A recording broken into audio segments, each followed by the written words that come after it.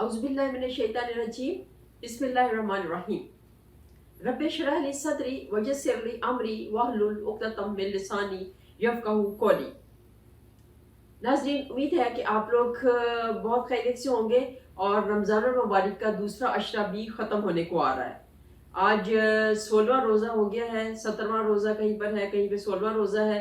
तो पता ही नहीं चला टाइम का और हाफ से ज़्यादा रमज़ान हमारा निकल भी गया है।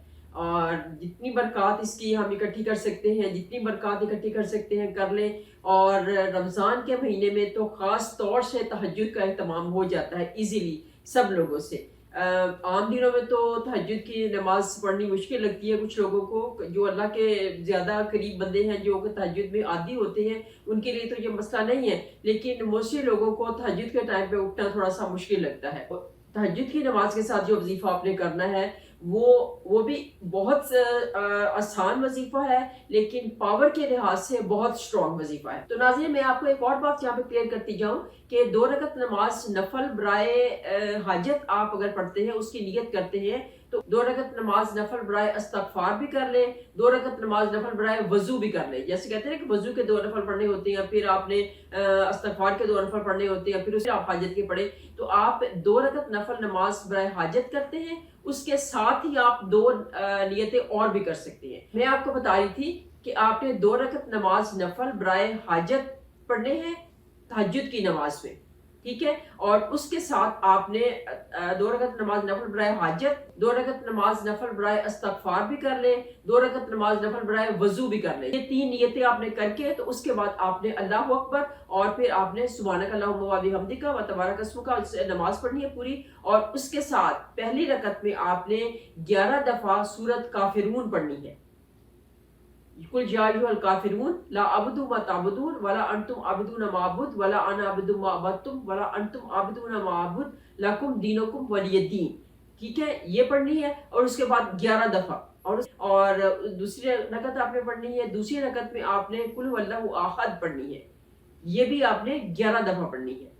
कुल हुवल्लाहु अहद अल्लाहु समद लम यलिद वलम यूलद वलम यकुल लहू कुफुवन अहद। और उसके बाद आपने पूरा नमाज कंप्लीट करनी है। और फिर आपने सलाम फेर के तो आपने दुआ मांगनी है। जो भी दुआ मांगेंगे, जो भी दुआ मांगेंगे आप, कोई भी मसला हो सकता है आपका, उसमें आप अपनी अपनी एग्जाम की कामयाबी के लिए, आप अपनी शादी के लिए, अपने कर्ज के लिए, मर्ज के लिए, इवन कोई भी आपको जिंदगी में मसला है, कोई बीमारी है, कोई हारी है, मतलब इस तरह से कोई भी अगर आपको कोई मसला है, तो आप उसके लिए इन 2 नवाफिल का वास्ता दे के, ये 2 सूरतें बहुत स्ट्रॉन्ग सूरतें हैं, कुल या अय्युहल काफिरून और कुल हुवल्लाहु अहद। नाज़रीन, आपको पता है, मैंने आपको पहले, मेरा ख्याल है कि मैंने बताया हुआ है किसी एक वीडियो में कि कुल हुवल्लाहु अहद को 3 दफा पढ़ते हैं तो एक कुरान पाक खत्म हो जाता है, और कुल या अय्युहल काफिरून को 4 दफा पढ़ते हैं तो एक कुरान पाक खत्म हो जाता है। तो अभी आप देखिए, आप पहली रकत में 11 दफा कुल या अय्युहल काफिरून पढ़ रहे हैं और दूसरी रकत में 11 दफा कुल हुवल्लाहु अहद पढ़ रहे हैं, तो कितने कुरान पाक आप खत्म कर रहे हैं एक ही इन 2 नवाफिल के अंदर।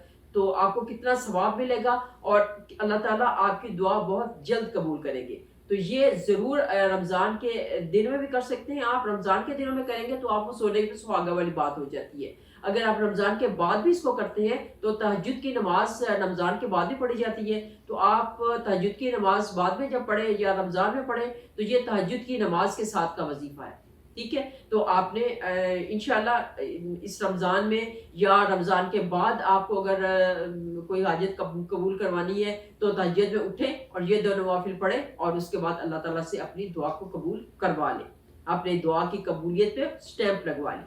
ठीक है, ये जो सूरत कुल या अय्युहल काफिरून है और सूरत कुल हुवल्लाहु अहद है, ये ज़माने की जो मुश्किलात होती हैं, ज़माने के जो थपेड़े होते हैं, जो वक्त के थपेड़े होते हैं, वो नहीं ये खाने देती, ये दोनों सूरतें जो है। तो अल्लाह ताला की ये बहुत प्यारी सूरतें हैं, कुरान पाक की ये बहुत प्यारी सूरतें हैं। तो आप इन सूरतों के साथ ज़रूर आप ये वजीफ़ा करिए। 11-11 दफ़ा का वजीफ़ा है, बहुत लंबा चौड़ा कोई वजीफ़ा भी नहीं है। बस उसके बाद दुआ का है कि दुआ में आप जितना मर्जी टाइम ले लें, वो आपकी अपनी मर्जी है। जितनी देर में आप अल्लाह ताला को मना सकते हैं आप अल्लाह ताला को मना लें, क्योंकि दुआ तो अल्लाह ताला के साथ एक डायरेक्ट कम्युनिकेशन होती है ना आपकी। आपने अल्लाह ताला को क्या क्या बातें बतानी है, क्या क्या किस किस तरह से आपने अल्लाह को राज़ी करने के, आपको खुद पता होना चाहिए कि मैं किस तरीके से अल्लाह को राज़ी कर सकता हूँ। تو آپ اللہ کو راضی کریے اور اللہ تعالیٰ سے اپنی دعا کی قبولیت کروا لیں۔ رمضان میں خاص طور سے تہجد میں اٹھ کے کھانا سحری کرنی اور پھر افطار کا وقت جو ہوتا ہے اس ٹائم پہ جو دعا کرنی، وہ تو کیا ہی باتیں۔ میں کہتی ہوں کہ رمضان المبارک تو اللہ تعالیٰ ہر وقت دعائیں کہ اللہ تعالیٰ بہانے ڈھونڈتے ہیں کہ بندہ دعا کرے اور میں اس کو قبول کروں۔ بس یہ ہے کہ دعا کرنے کا طریقہ آنا چاہیے اور دعا اللہ تعالیٰ تو قبول کرتے ہی کرتے ہیں۔ تو اسی کے ساتھ ناظرین اجازت چاہوں گی، انشاءاللہ تعالیٰ العزیز دوبارہ سے پھر کسی اور ویڈیو کے ساتھ پھر حاضر ہوں گی۔ تب تک کے لیے اجازت، اللہ حافظ۔